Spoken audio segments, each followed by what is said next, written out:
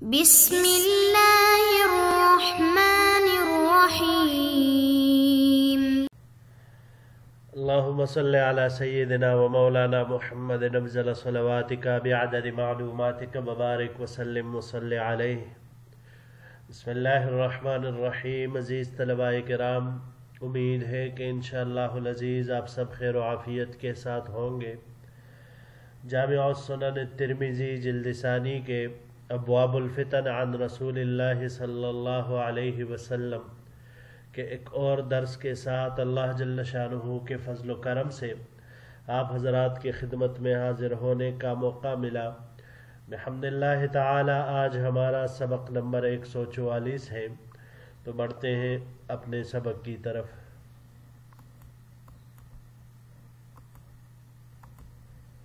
باب ما جاء فی اہل الشام، یہ باب اہل شام کی فضیلت کے بارے میں ہے۔ وبه قال حدثنا محمود بن غیلان قال حدثنا ابو داود قال حدثنا شعبۃ عن معاویہ بن قرۃ عن ابیہ قال، ہمیں روایت کی محمود بن غیلان نے، انہوں نے ابو داود سے، انہوں نے روایت کی شعبہ سے، انہوں نے معاویہ ابن قرہ سے، انہوں نے اپنے والد مکرم سے، وہ فرماتے ہیں قال رسول اللہ صلی اللہ علیہ وسلم کے حضور نبی کریم صلی اللہ علیہ وسلم نے ارشاد فرمایا، اذا فسد اہل الشام فلا خیر فیکم، جب اہل شام میں بگاڑ آ جائے، فساد پیدا ہو جائے، تو پھر تمہارے لیے اس میں کوئی خیر بلائی نہیں، یعنی پھر شام میں رہنے کی وہاں پر کوئی بھی اس میں خیر اور بلائی نہیں ہے۔ لا تزال طائفۃ من امتی منصورین، میری امت میں ایک گروہ ضرور ایسا رہے گا جس کی مدد اور نصرت ہوتی رہے گی۔ لا یضرهم من خذلهم حتی تقوم الساعۃ، اور انہیں وہ لوگ ضرر نہیں پہنچا سکیں گے جو ان کی مدد چھوڑ دیں گے یہاں تک کہ قیامت قائم ہو جائے۔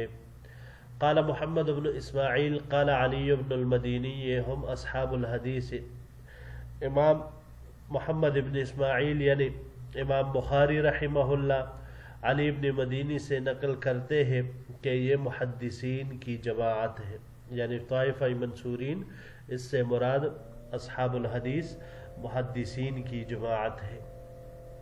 وفی الباب، اس باب میں عن عبداللہ ابن حوالہ و ابن عمر و زید ابن ثابت و عبداللہ ابن عمر ھذا حدیث حسن صحیح، اس باب میں عبداللہ ابن حوالہ، عبداللہ ابن عمر، زید ابن ثابت، عبداللہ ابن عمر رضی اللہ تعالی عنہم اجمعین سے روایات مروی ہے اور یہ حدیث حسن صحیح ہے۔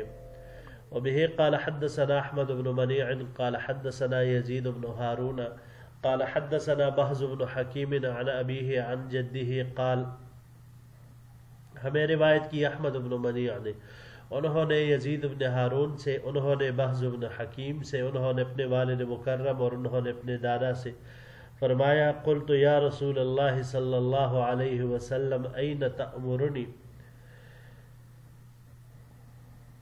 اے اللہ کے رسول صلی اللہ علیہ وسلم، جب فتنہ فساد ہوگا تو آپ مجھے کہاں کا حکم دیں گے؟ قال ہاں ہونا، حضور نبی کریم صلی اللہ علیہ وسلم نے ارشاد فرمایا اس طرف، وَنَحَا بِيَدِهِ نَحْوَ الشام، اور اپنے دست مبارک سے شام کی طرف اشارہ فرمایا۔ ھذا حدیث حسن صحیح، یہ حدیث حسن صحیح ہے۔ جی عزیز طلباء کرام، یہ باب امام ترمذی رحمہ اللہ نے اہل شام، ارض شام، اس کی فضیلت کے بارے میں منعقد فرمائی ہے۔ شام کی سرزمین کو ظاہری اور باطنی کئی طرح سے امتیاز حاصل ہے، انبیاء کی سرزمین بھی ہے، قبلہ اولی بھی ہے، اکثر انبیاء کرام علیہم الصلوات والتسلیمات کا مدفن بھی ہے، حشر اور نشر بھی وہیں پر ہوگا۔ اللہ جل شانہ قرآن کریم میں اس کے بارے میں فرماتے ہیں وَبَارَكْنَا حَوْلَهُ، تو اب ایسی جگہ جو اتنی ساری امتیازات کی حامل ہو، اس میں بگاڑ اور فساد پیدا ہو جائے تو پھر وہاں رہنے کی کوئی تک نہیں بنتی یا اس طرف ہجرت کرنے کا کوئی فائدہ نہیں ہے۔ مثال کے طور پر آج ہم دیکھ لیں شام پر کس طرح حکمران مسلط ہے۔ یہاں پر یہ بات یاد رکھیے گا عزیز طلباء کرام کہ شام تو ایک ہمارے موجودہ اعتبار سے ہے، جغرافیائی اعتبار سے جو ایک ملک شام ہے جسے سیریا بھی کہا جاتا ہے، صرف یہ شام مراد نہیں ہے۔ شام میں کئی عرب ممالک، اردن، فلسطین اور بہت سارے مصر کا کچھ حصہ، عراق، کافی سارے عرب ممالک اس کے حصے اس میں شامل ہیں، تو وہ مراد ہے اس سے۔ تو آج کل اگر ہم دیکھ لیں تو اکثر امت مسلمہ میں لیڈروں کا اور قیادت کا فقدان ہے، تو یہ بھی اسی طرح سے ہے ایک۔ تو بہرحال پھر ایسی جگہ جانے میں کوئی خیر اور بلائی نہیں ہوگی۔ پھر حضور نبی کریم صلی اللہ علیہ وسلم نے فرمایا کہ ایک جماعت میری امت کی ہمیشہ وہ منصورین رہے گی، ان کی مدد اور نصرت ہوتی رہے گی۔ اب یہاں پر سوال یہ ہے کہ یہ طائفہ منصورین اس سے کون مراد ہے؟ اس میں مختلف اقوال ہیں۔ پہلا قول علی ابن مدینی فرماتے ہیں کہ اس سے محدثین کی جماعت مراد ہے، جو امام بخاری رحمہ اللہ نے یہاں پر ذکر فرما دیا، اس سے مراد یہی محدثین کی جماعت ہے۔ امام بخاری رحمہ اللہ اس سے اہل علم کی جماعت مراد لیتے ہیں۔ قاضی عیاض رحمہ اللہ اس سے اہل سنت والجماعت مراد لیتے ہیں۔ اور چوتھے نمبر پر علامہ نووی رحمہ اللہ فرماتے ہیں کہ یہ طائفہ، یہ جماعت مومنین کی مختلف انواع و اقسام پر مشتمل ہوگی، یعنی ان میں مجاہدین بھی ہوں گے، فقہا بھی ہوں گے، محدثین بھی ہوں گے، مبلغین بھی ہوں گے، امر بالمعروف نہی عن المنکر کرنے والے بھی ہوں گے، دوسرے نیکیوں کے کام کرنے والے بھی ہوں گے۔ مطلب ضروری نہیں کہ صرف ایک ہی دین کے ایک شعبے سے کام کرنے والے ہوں، بلکہ سب کے سب بھی ہو سکتے ہیں۔ اور یاد رکھیے گا عزیز طلباء کرام، یہ جتنے بھی اقوال ہیں یہ سب کے سب اس میں جمع ہو سکتے ہیں، تو بہتر یہ ہے کہ یہ مراد لیا جائے۔ اب یہاں پر ایک اشکال وارد ہوتا ہے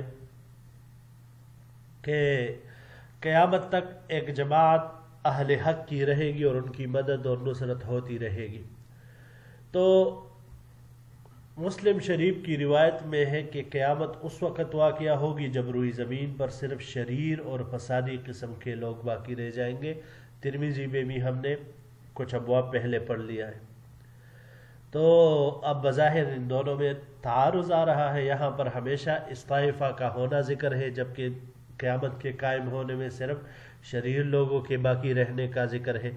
تو اس کے دو جوابات دیے گئے ہیں کہ دیکھیے، پہلا جواب یہ ہے کہ ان احادیث میں دو الگ الگ مقامات کا ذکر ہے کہ ایک علاقے میں شریر قسم کے لوگ ہوں گے جن کے اعتبار سے قیامت آئے گی، اور دوسرے علاقے یعنی جو جہاں پر یہ مجاہد ہوں گے، غازی ہوں گے، جو اعلاء کلمت اللہ کے لیے قتال کریں گے، تو پھر اس لحاظ سے اس میں کوئی تعارض نہیں، وہ الگ ہوں گے اور یہ الگ ہوں گے۔ دوسرا جواب جو دیا گیا ہے، وہ جو بہترین جواب ہے، راجح ہے، وہ یہ ہے کہ یہ خروج دجال یا حضرت عیسیٰ علیہ السلام کی وفات تک ہے، یعنی یہ طائفہ منصورین یہ اسی وقت تک رہیں گے۔ پھر جب حضرت عیسیٰ علیہ السلام کے وفات کے بعد ایک مخصوص ہوا چلے گی جس سے اہل ایمان سب مر جائیں گے، تو پھر زمین اہل اسلام سے یکسر خالی ہو جائے گی، صرف یہی شریر لوگ باقی رہ جائیں گے اور انہی کے اوپر قیامت قائم ہوگی۔ تو یہی مطلب اس کا آتا ہے۔ اگلے باب کی طرف بڑھتے ہیں جی۔ باب لا ترجعوا بعدی کفارا یضرب بعضکم رقاب بعض۔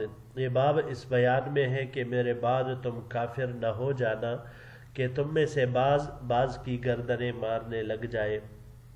وبه قال حدثنا ابو حفص عمرو بن علي قال حدثنا يحيى بن سعيد قال حدثنا فزيل بن غزوان قال حدثنا عكرمة عن ابن عباس رضی اللہ تعالی عنہما قال، ہمیں روایت کی ابو حفص عمر بن علی نے، انہوں نے یحییٰ ابن سعید سے، انہوں نے فضیل ابن غزوان سے، انہوں نے روایت کی اکرمہ سے، انہوں نے حضرت عبداللہ ابن عباس رضی اللہ تعالی عنہما سے کہ انہوں نے فرمایا قال رسول اللہ صلی اللہ علیہ وسلم کہ حضور نبی کریم صلی اللہ علیہ وسلم نے ارشاد فرمایا لا ترجعوا بعدی کفارا یضرب بعضکم رقاب بعض، میرے بعد تم لوگ دوبارہ کافر نہ ہو جانا کہ ایک دوسرے کی گردنیں مارنے لگو، یعنی قتل کرنے لگو۔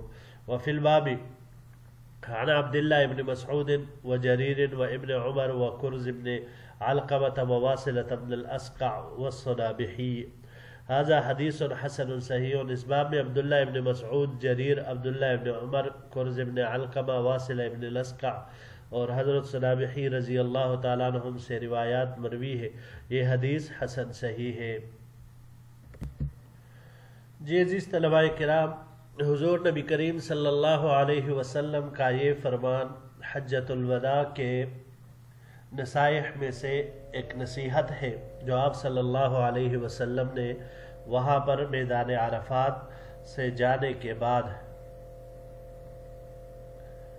یا آپ صلی اللہ علیہ وسلم کا مطلب یہ ہے کہ لا ترجعوا بعدی کفارا، میری دنیا سے جانے کے بعد یا میدان عرفات سے جانے کے بعد دوبارہ کافر نہ ہو جانا اور ایک دوسرے کو قتل نہ کرنے لگ جانا، کہ جب کافر بن جاؤ گے تو پھر ایک دوسرے کے دشمن بن جاؤ گے، تو دوبارہ اس سے اس والی حالت پہ نہ جانا جس حالت سے اللہ نے تمہیں نکالا ہے۔ حضور نبی کریم صلی اللہ علیہ وسلم نے حجۃ الوداع کے موقع پر یہ نصیحت ارشاد فرمائی تھی۔ اب یہاں پر کفارن اس سے کیا مراد ہے؟ تو اس میں دو قول ہیں۔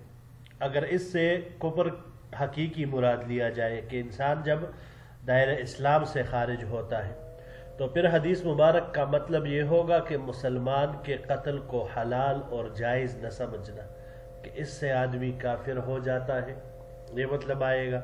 اور اگر دوسرا مطلب لے لے تو پھر یہ ہے کہ کافروں والے کام نہ کرو اور قتل و قتال میں کافروں کی مشابہت اختیار نہ کرو۔ یہ دو مطالب محدثین اور شارحین حضرات نے بیان فرمائے ہیں۔ بڑھتے ہیں جی تیسرے باب کی طرف۔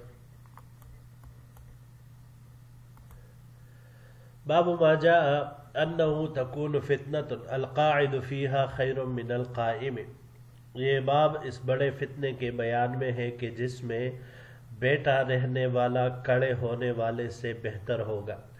وبه قال حدثنا قتيبة قال حدثنا الليث عن عياش بن عباس عن بكير بن عبد الله بن الأشج عن بسر بن سعيد أن سعد بن أبي وقاص قال عند فتنة عثمان بن عفان۔ ہمیں روایت کی قتیبہ نے، انہوں نے لیث سے، انہوں نے عیاش ابن عباس سے، انہوں نے بکیر ابن عبداللہ ابن الاشج سے، انہوں نے بسر ابن سعید سے کہ حضرت سعد ابن ابی وقاص رضی اللہ تعالیٰ عنہ نے حضرت عثمان ابن عفان رضی اللہ تعالیٰ عنہ کے وقت اس فتنے کے بارے میں کہا تھا، اشہد ان رسول اللہ صلی اللہ علیہ وسلم قال، میں گواہی دیتا ہوں کہ حضور نبی کریم صلی اللہ علیہ وسلم نے فرمایا تھا، انہا ستکون فتنة القاعد فیہا خیر من القائم والقائم خیر من الماشی۔ بے شک ان قریب ایک بڑا فتنہ ہوگا جس میں بیٹھنے والا کڑے ہونے والے سے اور کڑا ہونے والا چلنے والے سے، والماشی خیر من الساعی، جبکہ چلنے والا دوڑنے والے سے بہتر ہوگا۔ قال حضرت سعد رضی اللہ تعالی عنہ نے عرض کیا، افرأیت ان دخل علی بیتی وبسط یدہ الی لیقتلنی قال کن کا ابن آدم۔